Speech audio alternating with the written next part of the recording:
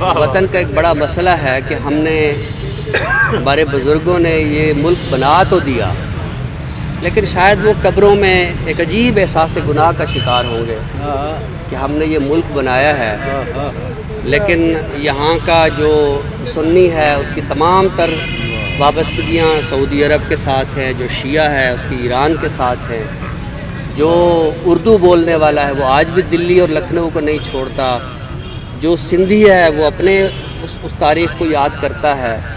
تو آپ کو کسی کے ہاں جو اس مٹی سے یا اپنی دھرتی سے جو ایک محبت کا تصور، دیکھیں جب بھی کوئی نئی ریاست بنتی ہے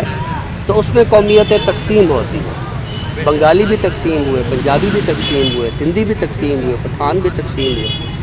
بہرحال جی اب بزرگوں کا فیصلہ تھا، یا تو اب ہم پیچھے پلٹ جائیں اور یہ سب کچھ ہم ملیا میٹ کر کے۔ سلیم بیتاب صاحب کی شاعری میں جو سوشل سینسیبلٹی ہے، عام طور پر ہم یہ سمجھتے ہیں کہ فلاں شاعر جو ہے وہ اینٹی اسٹیبلشمنٹ ہے،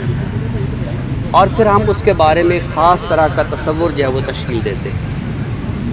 میں ذاتی طور سے یہ سمجھتا ہوں کہ اینٹی اسٹیبلشمنٹ ہونا کوئی حب الوطنی پہ کوئی داغ نہیں ہے۔ شاعر کو بہرحال، ادیب کو بہرحال، مصور کو، موسیقار کو اینٹی اسٹیبلشمنٹ ہونا چاہیے کہ جو اس ملک میں ہو رہا ہے اس پر اس کی ایک کڑی نظر ہو، یہ کوئی وطن دشمنی نہیں ہوتی ہے۔ تو مجھے سلیم بیتاب صاحب کی شاعری میں وطن دشمنی کا کہیں کوئی ایسا عنصر دکھائی نہیں دیا۔ میں یہ سمجھتا ہوں کہ ان کی شاعری میں یہ جو سماجی شعور ہے اپنے پورے جوبن اور پوری تمثالوں کے ساتھ موجود ہے۔ ایک بات اردو ادب کے استاد ہونے کے ناطے میں محسوس کرتا ہوں، اور ایک میں اس پلیٹ فارم پہ کہنا بھی چاہتا ہوں، اور میں منظوم کے دوستوں کو پہلے بھی کچھ کہا ہے کہ ہر پلیٹ فارم کو ضروری نہیں ہے کہ ہلکے کے پلیٹ فارم پہ آپ چلائیں اسی کے پیٹرن پہ، ہمیں بہت سارے اور ایسے کام ہیں جو کرنے ہیں۔ تو منظوم کے اندر اس نوعیت کی بحث بھی ہونی چاہیے کہ ہم اس پلیٹ فارم کو تخلیق کے کن نئے نئے پہلوؤں کے ساتھ ہم چلا سکتے ہیں۔ سب سے بڑا مسئلہ جو ہمارے ملک میں ہے وہ ریکارڈ نہ رکھنے کا ہے، یعنی ہمارے ہاں میں ظاہر یونیورسٹی میں پڑھاتا ہوں، تو جو میں اپنے تصور تحقیق کو دیکھتا ہوں وہ یہ ہے کہ ایک نسل اپنے ریکارڈ کو ضائع کرتی ہے، اگلی نسل اس ریکارڈ کو تلاش کرنے کا سب سے بڑا کارنامہ سمجھتی ہے، اور اس کے بعد کی نسل اس نسل کی غلطیاں تلاش کر کے اپنا کارنامہ سمجھتی ہے۔ ریسرچ کہیں پیچھے رہ جاتی ہے، تحقیق کہیں پیچھے رہ جاتی ہے۔ میں نے پچھلے دنوں کچھ کام نعت کے حوالے سے فلموں پہ کیا تھا، تو میں نے یہ دیکھا کہ یورپ میں جو پہلی فلم بنائی گئی تھی وہ آج بھی یوٹیوب پہ موجود ہے،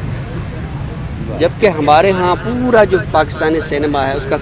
ریکارڈ جو ہے وہ ایک عجیب انداز سے مرتب ہوا ہے۔ تو میں سمجھتا ہوں کہ ہمیں یہ ان شعراء پر جو ہے اس طرح کی ڈاکومنٹیشن ہونی چاہیے۔ جو مضامین یہاں پڑھے گئے ہیں، یہ مضامین میں صبح سے دیکھ رہا ہوں نیٹ پر موجود ہیں، یہ بڑی اچھی بات ہے کہ یہ چیزیں ہم جو ہے نیٹ کی دنیا میں لے آئیں تاکہ باہر کی دنیا ہمارے شاعروں سے آگاہ ہو۔ تو بہت ساری باتیں باہر سلیم بیتاب صاحب کے حوالے سے کی جا سکتی ہیں، میں انشاءاللہ ایک مضمون بھرپور طریقے سے ان پر لکھوں گا، اور اظہار صاحب سے بھی گزارش کروں گا کہ وہ اپنے تھیسس کو